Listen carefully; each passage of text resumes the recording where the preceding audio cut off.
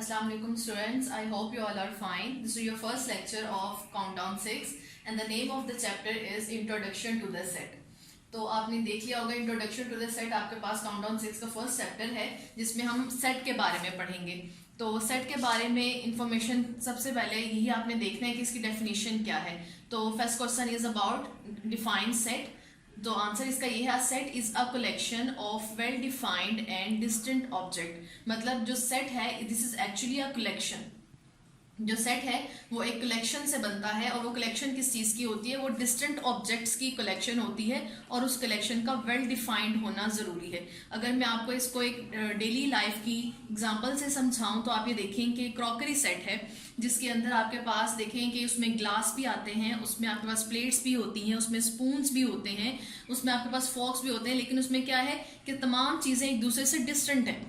Plates are different than glass. आप ये देखें कि स्पून्स जो हैं वो फॉक से डिफरेंट हैं, लेकिन ये तमाम चीज़ें आपस में मिलकर एक क्रॉकरी सेट बना लेती हैं। और आप ये भी देखें कि इन सब चीज़ों की कलेक्शन जो है वो वेल डिफाइंड है।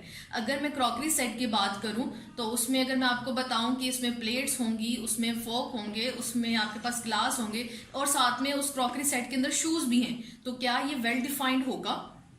वो वेल डिफाइंड नहीं होगा, क्योंकि आप ये देख लें कि क्रॉकरी सेट के अंदर आप शूज़ यूज़ नहीं कर सकते, वो आपके पास ड्रेस के अंदर आएगा। बिल्कुल इसी तरह से अगर आप ज्वेलरी सेट की बात करें उसमें आपके पास रिंग्स आती हैं, बैंगल्स आती हैं, नेकलेस आता है, ये तमाम चीज़ें एक दूसरे से डिस्टेंट हैं, लेकिन इनकी जो कलेक्शन है वो वेल डिफाइंड है, एक ही पर्पस के लिए इस्तेमाल होती है, तमाम चीज़ें आपस में मिलकर एक सेट बना लेती हैं। And your next question is what are the elements of set. पहले हमने सेट की बात की कि सेट एक्चुअली क्या होते हैं, एंड नेक्स्ट इज कि उसके एलिमेंट्स क्या होते हैं। या आप देखिए the objects in a set are called members और एलिमेंट्स ऑफ सेट। एक सेट के अंदर मौजूद जो मेंबर्स होते हैं वो एक्चुअली उसके एलिमेंट्स कहलाते हैं। फॉर एग्जांपल जैसे मैं आपको भी एग्जांपल दी क्रॉकरी सेट की, तो उस क्रॉकरी सेट के अंदर जो स्पून्स होंगे, जो ग्लास होंगे, जो प्लेट्स हैं, वो एक्चुअली उसके मेंबर्स हैं, तो वो मेंबर्स आपके पास एलिमेंट्स कहलाएंगे। And the next is defined finite set. आप ये देखें कि जो हम सेट बनाते हैं बाज़ औक़ात उसके जो एलिमेंट्स हैं वो फाइनाइट होते हैं, मतलब उसमें जो एलिमेंट्स की तादाद है वो लिमिटेड होती है, और सम टाइम ऐसा होता है कि वो सेट्स की तादाद लिमिटेड नहीं होती। तो हम उसको देख लेते हैं कि जिसमें लिमिटेड होते हैं तो वो कौन से होते हैं सेट, और जिसमें एलिमेंट्स की तादाद लिमिटेड नहीं है वो कौन से सेट हैं। And the third question is define finite set. आप इसकी डेफिनेशन देखें, a finite set contain the finite और लिमिटेड नंबर ऑफ एलिमेंट्स। मतलब वो सेट जिनके अंदर एलिमेंट्स की तादाद यानी उसके जो मेंबर्स की तादाद है वो फाइनाइट होती है, यानी एक लिमिट पर जाकर स्टॉप हो जाती है, काउंटेबल होती है, जिसे हम आराम से काउंट कर सकते हैं। तो ऐसे सेट के एलिमेंट्स की जो तादाद होती है ऐसे सेट्स को हम लोग फाइनाइट सेट कहते हैं। अगर आप इसकी एग्जांपल देखें तो set of Pakistan cities of Pakistan, मतलब हम पाकिस्तान की जो सिटीज़ का एक सेट है वो एक फाइनाइट सेट होगा, क्योंकि हम इसकी सिटीज़ को आराम से काउंट कर सकते हैं। And the next question is define infinite set. आपने बताना है कि इनफाइनाइट सेट कौन से सेट होते हैं। Infinite set is a set contain an infinite और अनलिमिटेड नंबर्स ऑफ ऑब्जेक्ट्स। मतलब ऐसे सेट्स जिनके अंदर मौजूद एलिमेंट्स, उसके जो मेंबर्स होते हैं वो अनलिमिटेड होते हैं, बहुत ज़्यादा होते हैं, अनकाउंटेबल होते हैं, जिनको हम काउंट नहीं कर सकते। तो ऐसे सेट को हम क्या कहते हैं, इनफाइनाइट सेट कहते हैं। फॉर एग्जाम्पल आप इसकी एग्जाम्पल देख the set of whole number. ये देखिए अगर सेट का जो होल नंबर्स का जो सेट है वो 0 से तो स्टार्ट होता है, लेकिन उसके एंड पॉइंट्स जो है वो हमें मालूम नहीं है, वो चलता रहता है, क्योंकि हमें काउंटिंग का लास्ट नंबर नहीं मालूम, वो इनफाइनाइट ही है, वो इन्फिनिटी तक चलता रहता है, इसलिए हम इसको इनफाइनाइट या फिर इनफाइनाइट सेट कहते हैं।